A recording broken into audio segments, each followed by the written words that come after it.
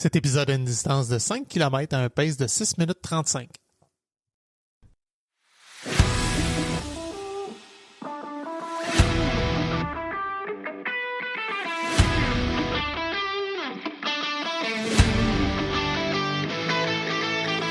Ici, on parle d'entraînement, de motivation, d'équilibre et tout ce qui nourrit notre passion pour la course.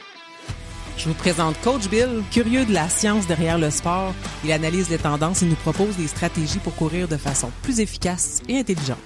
Je vous présente Coach Isa, avec qui chaque foulée trouve son équilibre. Elle crée une connexion authentique avec nos invités, ce qui nous donne accès à des humains formidables et des histoires inspirantes. Que vous soyez sur bitume, en sentier ou bien à l'écoute chez vous, on est là pour vous aider à avancer. Embarque-tu avec nous pour une petite course? Hey, salut, c'est Coach Bill pour un petit solo encore cette semaine, question de logistique. Et puis, oui, j'ai couru cette semaine, évidemment, je vais vous compter, dimanche, j'ai fait ma sortie longue, la fameuse sortie longue du dimanche, mais ça faisait longtemps que je m'étais pas permis une sortie longue. J'ai baissé quand même mon volume un petit peu. Je vous l'ai dit, je me suis pas réabonné à Strava depuis octobre que mon abonnement était échu. Puis je me suis dit, je vais tester. Je vais laisser aller combien de temps avant que ça me manque. Il y a eu l'histoire des trajets. Une fois, je n'aurais peut-être eu besoin.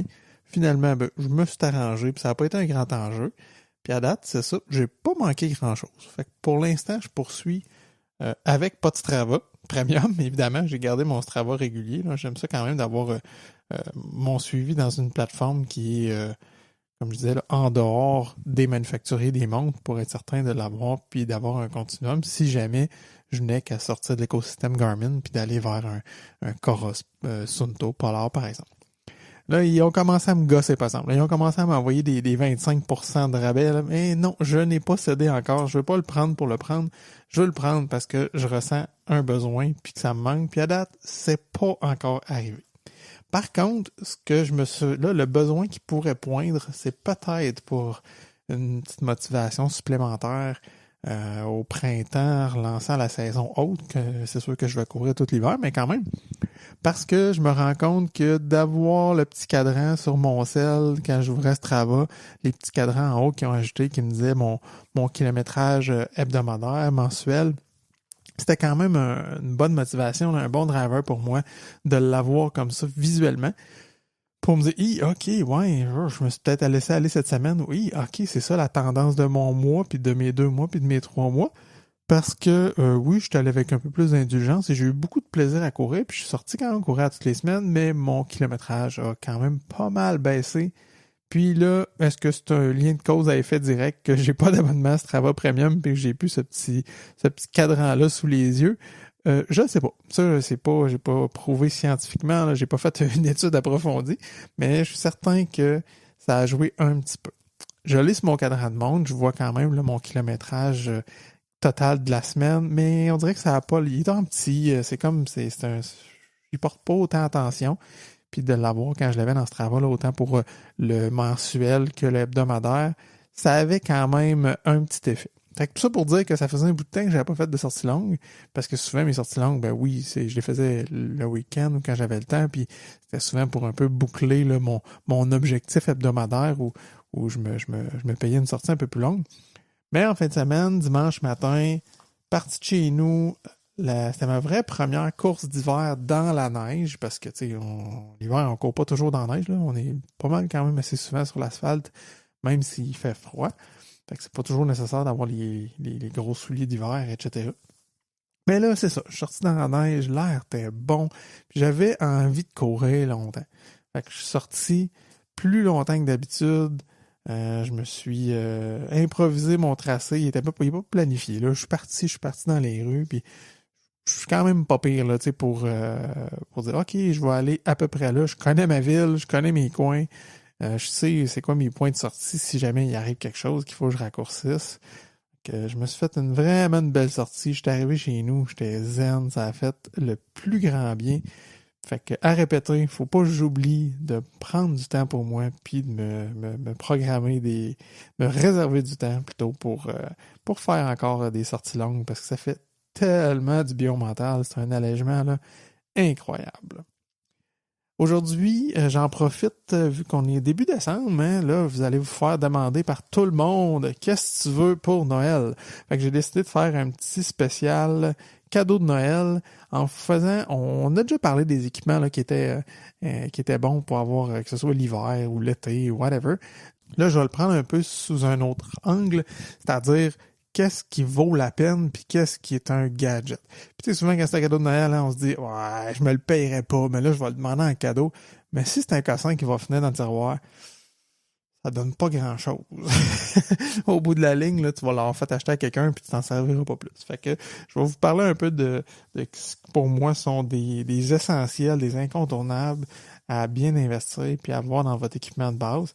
Puis d'autres trucs que si t'as envie, ça peut être cool, mais c'est pas mal moins essentiel. Ça fera pas de toi un meilleur coureur. Puis souvent, on s'en sert un peu puis ça finit dans le tiroir. Parlant de cadeaux de Noël, hein, je t'invite à magasiner sur Altitude Sport pour faire toi tes cadeaux de Noël. Tu as littéralement tout pour affronter l'hiver, le froid, des manteaux, des sous-couches, des collants thermiques. C'est justement plein de bonnes idées à mettre sur ta liste de cadeaux. Je te rappelle que la livraison est ultra rapide. C'est le lendemain partout au Canada. Puis même le jour même si tu es à Montréal. Bref, tu vas avoir le temps d'avoir tout ça pour Noël, c'est sûr. Puis si tu as pris la mauvaise taille, ben les retours, c'est super facile avec seulement un code QR. Et si tu veux pas attendre et tu préfères te faire un cadeau à toi, de toi, ben on a toujours un code promo entre deux courses qui va te donner jusqu'à 20% de rabais sur ta première commande. Les liens et les conditions vont être dans la description de l'épisode, comme toujours.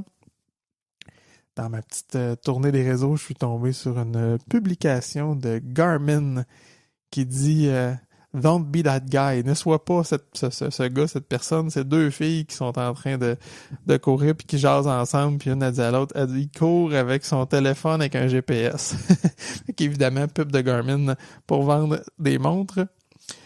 L'autre que j'ai vu, c'était petit clin d'œil, c'était une vidéo d'une fille qui court, puis c'était titré « Chaque famille a besoin d'un membre dans sa famille qui est mentalement instable puis qui court juste pour le fun. » Hey, ça, c'est moi chez nous, puis je suis fier de le dire.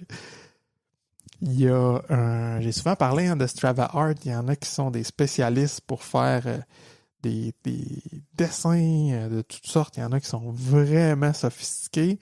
Il y en a d'autres que des fois, ils disent « Hey, on dirait une souris, il faut avoir beaucoup d'imagination. » Mais là, c'est un jeune de Strasbourg qui a décidé de reproduire le logo du Décathlon pour attirer leur attention et avoir un stage dans leur entreprise. Ça n'a pas marché, mais il a mis quand même pas mal d'efforts là, parce que ça a pris quand même 20 km pour pouvoir trouver les rues puis faire un logo là, qui est, ma foi, un peu croche, mais quand même 9 sur 10 pour l'effort pour ça taper ça. Il y avait une autre qui m'a fait, sur un ton plus léger, qui m'a fait sourire. C'était une affiche avec un gars qui court puis des zombies derrière qui dit « Rappelle-toi, en cas d'invasion de zombies, les premiers qui seront mangés, c'est ceux qui n'ont pas de cardio. » Ça donne le goût de rester en forme. Finalement, je suis tombé aussi sur une publication de la Clinique du coureur qui, encore une fois, a sorti un petit concept que je trouvais intéressant sur la musique et le mouvement. On se demande souvent, est-ce que vous courez les oreilles nues, avec des podcasts, avec de la musique? Ben, finalement, la musique aurait un effet plutôt intéressant. Puis, il y a une recherche qui a été faite sur ça. Puis, ils se sont basés aussi là, sur... ils ont ramené aussi l'expérience des athlètes de haut niveau, notamment Michael Phelps, qui est un nageur américain olympique. Puis il dit, lui, pendant toute ma carrière, j'ai toujours arrivé à mes courses avec mes écouteurs aux oreilles. Puis il essayait de la garder là, jusqu'au dernier moment. Fait que pour lui, c'était sa bulle. Ça lui permettait de se relaxer, de garder le focus sur sa course à venir. Un autre athlète qui disait que lui, c'est durant la course aussi. C'est Sha'Carri Richardson, qui est un autre athlète comme ça, qui lui-même, pendant qui fait son effort, lui, il écoute de la musique. Puis ce qui était noté, c'est que la musique améliore l'économie de mouvement, surtout s'il est rythmé. Puis, essentiellement, c'est que ça va abaisser le taux de perception d'effort. La perception de l'effort, c'est très, très subjectif. C'est Comment tu te sens, toi, quand tu cours? Laisse faire ta montre, c'est quoi ton cœur, ou c'est quoi ta vitesse, ou je à telle pace, il faut que ce soit dur. Non, ça n'a pas rapport. Comment tu te sens, toi, de façon purement subjective? Souvent, on va le coter, le 0 sur 10. À 10, c'est je veux mourir, ça goûte le sang dans ma bouche. À 3, 2, 2, t'es assis, t'écoutes la TV. 3, 4, 5, tu marches ou courses, tu commences à faire de la course là, très très faible, léger effort. 6, 7, 8, 9, 10, ben là c'est ça, on tombe dans de plus en plus intense. Mais la musique, là, juste le fait d'écouter de la musique pourrait baisser cette perception-là de l'effort. Fait que pour une même vitesse donnée ou un même effort donné, tu sentirais que c'est plus léger juste parce que tu écoutes de la musique. Quand même intéressant. Même d'écouter de la musique après l'effort, ça a aussi un bénéfice parce que ça vient baisser les niveaux de cortisol, puis ça donne une réponse au stress qui est réduite, puis ça fait une activité parasympathique qui est accrue. Fait que tout ça vient faciliter finalement ou améliorer tous les processus de récupération juste parce que tu écoutes de la musique. Et puis, essentiellement, c'est ça. C'est que, comme je disais tantôt, là, au niveau de la perception de l'effort, c'est que vraiment la musique va venir activer certaines parties du cerveau, puis va venir détourner un petit peu l'attention sur l'inconfort que tu es en train de vivre pendant ta course. Puis, c'est ça qui fait que ça donne une perception de l'effort qui est un petit peu plus basse. Fait que je trouve ça très intéressant. Je pensais que la musique n'était qu'une question de préférence, puis oui, peut-être de motivation pour se donner envie de je vais écouter de la musique, ça va être cool, ça va me divertir. Mais il y a vraiment une incidence là, plus directe avec tout ce que ça fait au niveau du cerveau puis de la perception de l'effort. Je salue Karine qui a fait un commentaire sur un des derniers épisodes où je parlais justement que j'avais partagé une course avec ma mère et j'avais trouvé ça vraiment cool, qu'elle m'avait suivi en vélo. Puis elle a dit j'ai aimé ça, cette histoire-là, parce qu'elle a eu une situation similaire, mais elle, c'est son fils de 20 ans qui l'a accompagné avec son longboard pendant qu'elle faisait une course. Encore une fois, une belle histoire d'une course mère-enfant, mais les rôles étaient inversés. Alors, liste de Noël. Hey, je commence avec les indispensables. Là, c'est sûr que, tu sais, on est l'hiver. Je pense que, l'été, c'est quand même plutôt simple de s'équiper. C'est sûr que, tu sais, si tu as envie de demander ta paire de choses préférées pour Noël, c'est cool, profite-en. Ça coûte assez cher. Ou une carte cadeau pour t'en acheter une au printemps, ta paire d'été pour ta saison haute. Mais c'est quand même relativement peu d'équipement à l'été. Là. Ça peut être une bonne casquette, évidemment, pour la chaleur, contrer ça. Mais le linge, c'est tel que tel. C'est un bon t-shirt technique, des shorts, des t-shirts. Je sais pas si vous êtes comme moi, mais j'ai rarement acheté des t-shirts de course. Par contre, je prends tous les t-shirts quand je vais dans des événements. Il fut un temps, on les avait tout le temps inclus. Maintenant, des fois, faut ajouter là, un petit supplément si on veut avoir le t-shirt de l'événement. Mais pour les événements auxquels je tiens à cœur, là, notamment quand je vais à Ottawa, c'est sûr que j'ajoute le t-shirt. Les courses du Trou du Diable aussi, c'est dérisoire ce que ça nous coûte là, pour ajouter le t-shirt. Je pense que j'ai jamais acheté ou sinon deux t-shirts dans mes années de course dans un magasin vraiment pour courir. Les shorts, évidemment, ça oui, je les choisis là, pour être confort. Mais l'hiver, il y a quand même une coche de plus d'équipement qui est nécessaire pour profiter de la course puis avoir du fun. Fait que tout ce qui est les sous-couches, les couches de base qu'on met en premier, ou comme on appelait dans mon jeune temps, des combines, mais c'est quand même pas mal plus hot et plus technique ce qu'on a aujourd'hui. La plupart vont être avec une base en laine de mérino. C'est pas nécessaire d'aller chercher un taux de laine très, très, très élevé. Tu sais, je fais le parallèle avec le ski alpin, par exemple, où on va en trouver des couches de base en mérino qui vont friser le 70-80% de laine, là, ceux avec des très, très, très hauts taux de laine dans le tissu. Mais on se rappelle qu'en ski alpin, ou en snowboard, c'est que tu fais de l'effort quand tu descends, mais le 3/4 du temps, tu es complètement immobile au cas de vent, tu es assis dans un chairlift, puis tu attends, puis tu bouges pas à refroidir. Tu as besoin d'avoir quelque chose de très, très, très chaud, justement, pour te garder confortable dans cette période-là.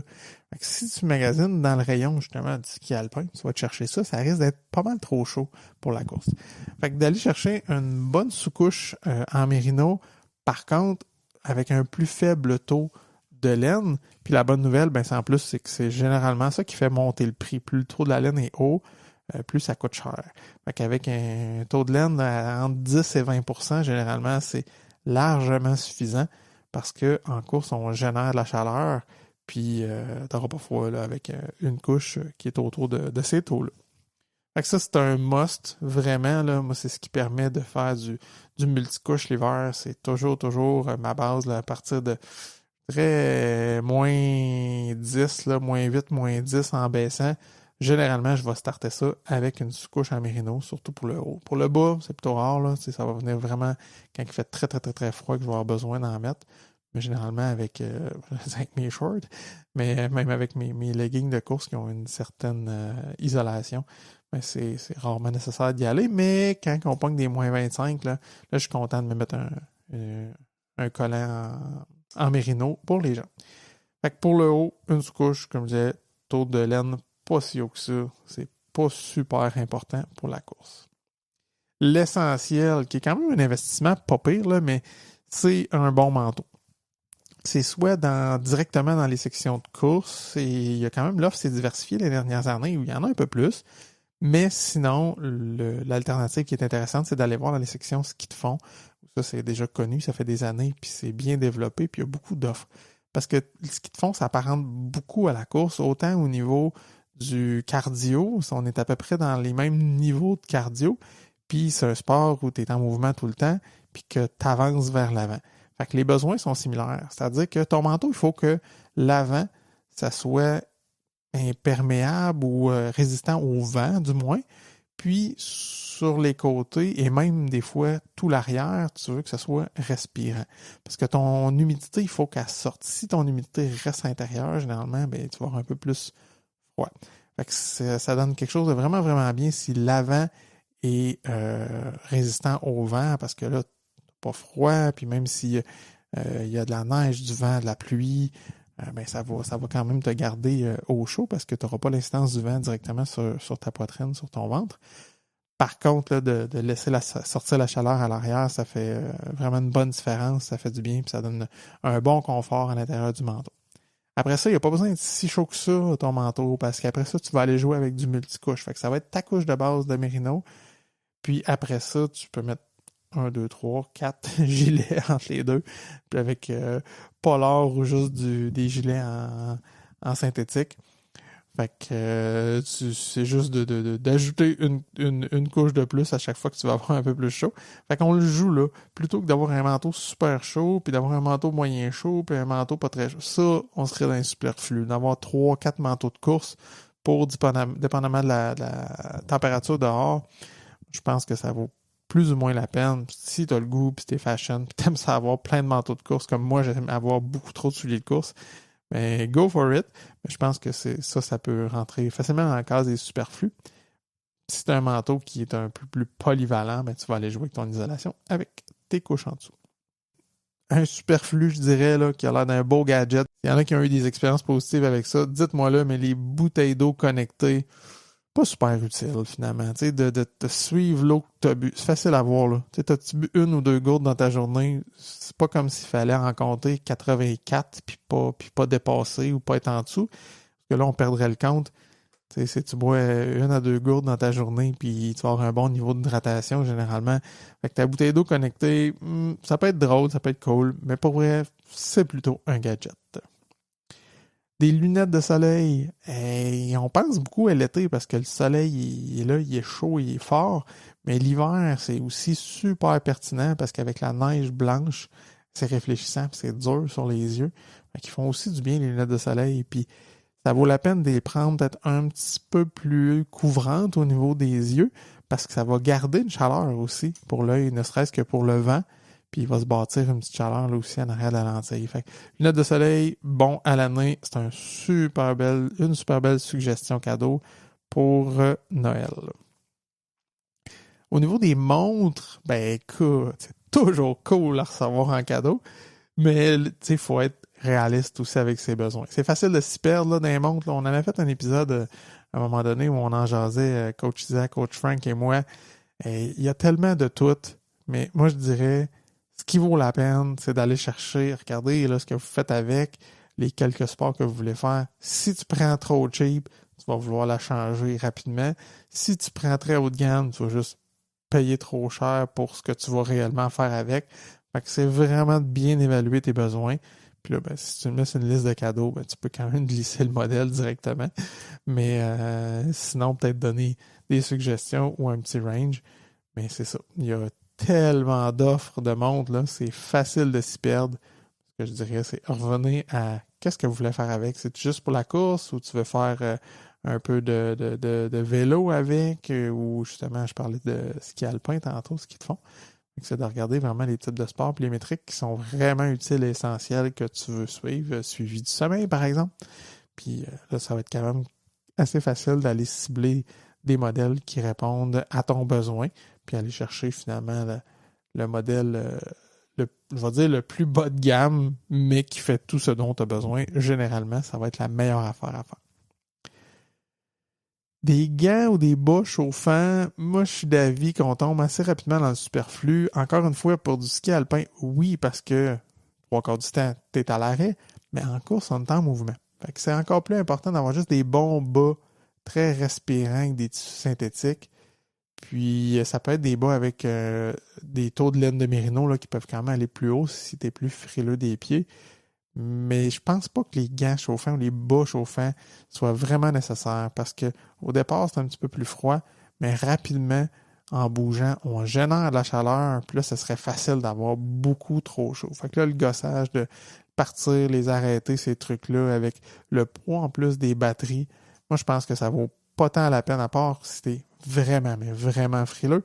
Mais j'irais plus vers des bonnes mitaines pour avoir tous tes doigts ensemble avec une bonne isolation, là, souvent avec une laine dedans. Puis au niveau des pieds, mais encore une fois, un bas avec de la laine de mérino, là, on peut aller chercher des taux plus élevés et du Gore-Tex dans la composition du soulier. Ça donne quand même un bon petit gain au niveau de la chaleur. Fait que des bas, là, ça se met super bien sur une liste de cadeaux. Tu peux mettre ça dans un échange parce que c'est pas si cher. Fait que si c'est un échange après abordable, ben, tu vas en avoir une paire. Puis si c'est la personne elle veut te faire un beau cadeau, ben, tu vas peut-être en avoir 5, 6, 7 paires, par exemple. Évidemment, je l'ai dit tantôt, une tuque ou une casquette ou un buff.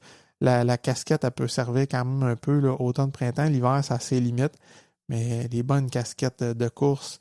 Puis je voyais June Devon courir avec des calottes de baseball, mettons. Là.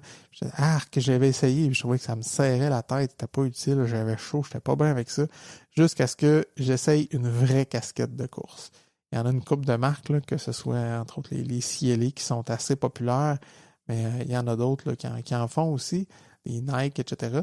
Mais c'est une bonne casquette qui est souple, qui est respirante. Pour vrai, moi, depuis que j'ai adopté ça, je trouve que ça vaut vraiment la peine pour la protection solaire l'été. Ça garde une petite fraîche aussi.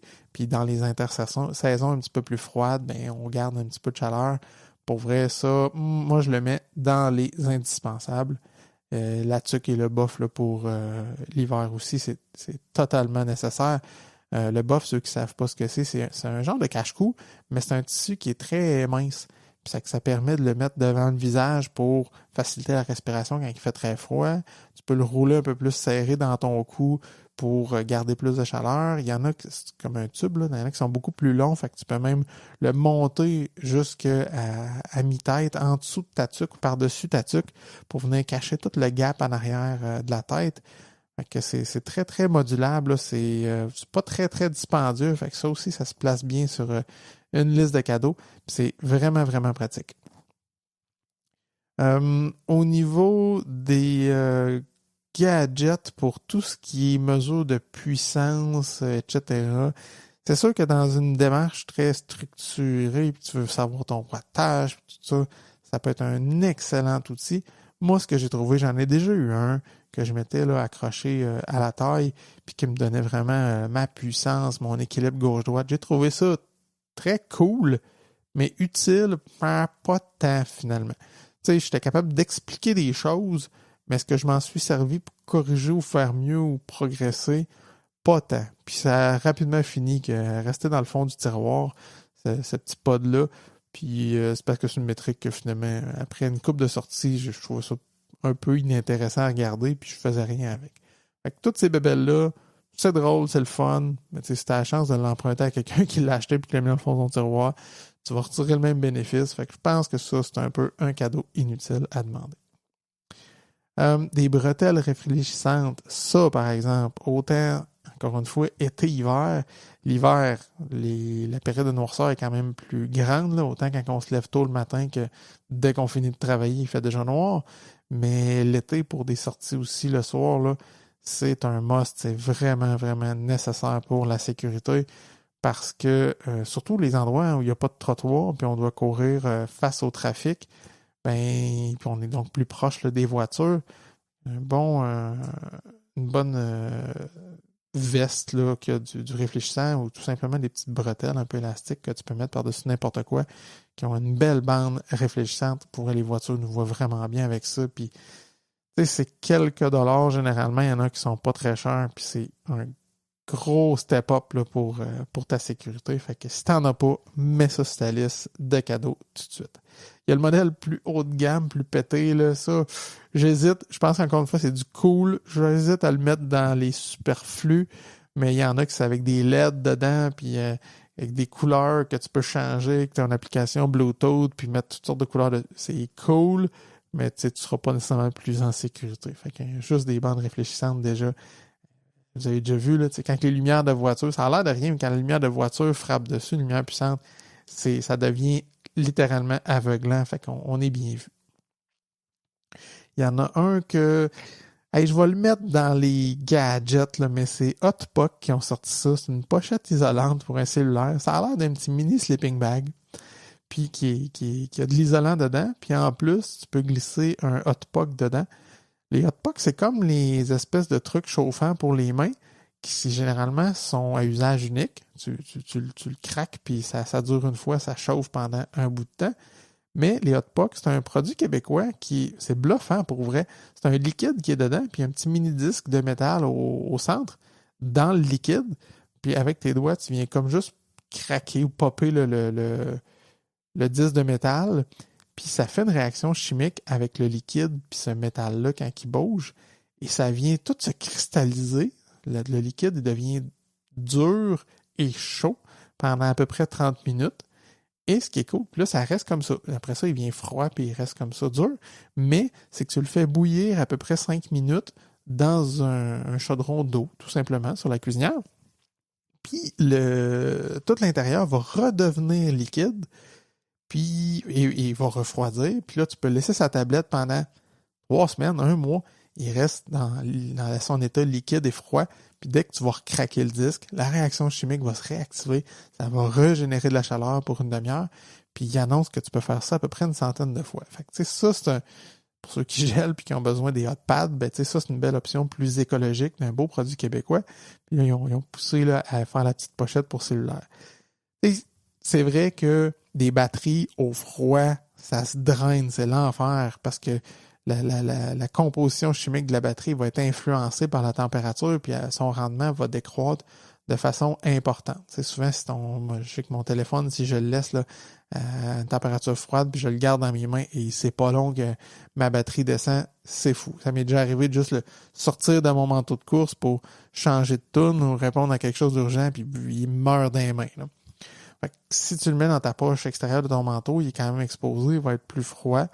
Fait que juste de le mettre plus proche de toi plutôt que d'acheter un petit sleeping bag Hotpock.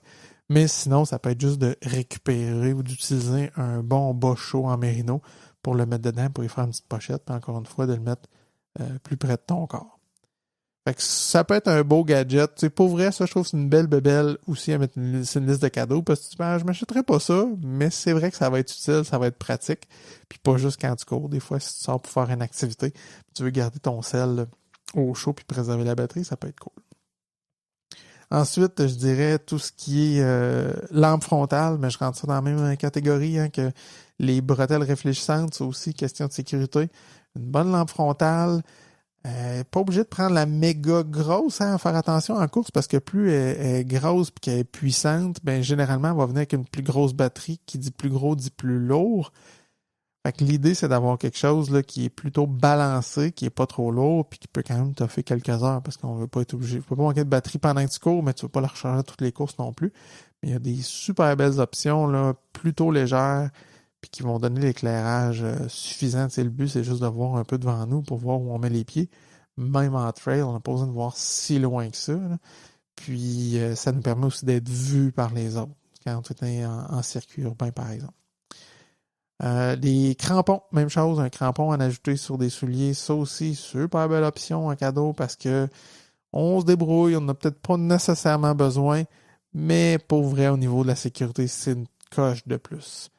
Faire attention sur l'asphalte, parce que ça peut devenir même glissant le crampon sur l'asphalte ou sur le béton à nu, mais sur la glace, là, c'est une foutue belle option pour être en sécurité. Puis, je finirais ça en disant, vous pouvez mettre des souliers à plaque de carbone sur votre liste de cadeaux. Ça peut être un super beau cadeau à se faire offrir. Mais non, je blague là. T'sais, on le sait, c'est vraiment pas nécessaire ces souliers-là. Puis c'est même pas pour tout le monde. Puis c'est même risqué, encore une fois, à utiliser si on les introduit pas comme il faut parce que c'est encore tellement plus rigide, structuré que faut faire attention. Il faut faire une introduction très graduelle.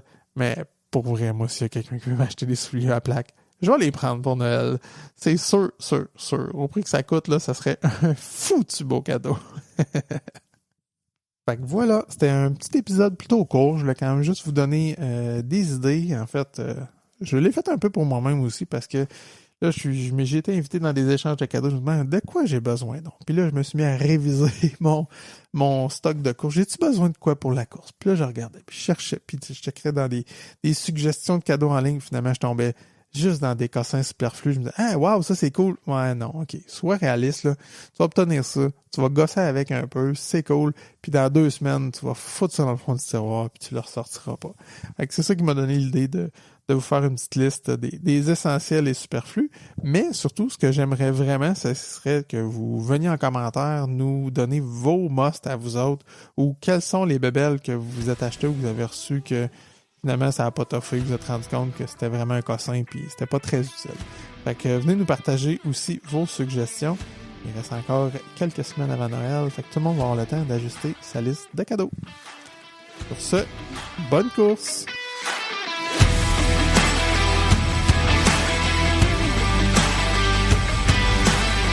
Si tu as aimé cet épisode, prends le temps de le partager autour de toi. Abonne-toi sur ta plateforme préférée pour ne pas manquer les nouveaux épisodes qui sortent chaque jeudi. Puis tant qu'à y être, laisse-moi un petit commentaire puis un 5 étoiles, c'est toujours apprécié.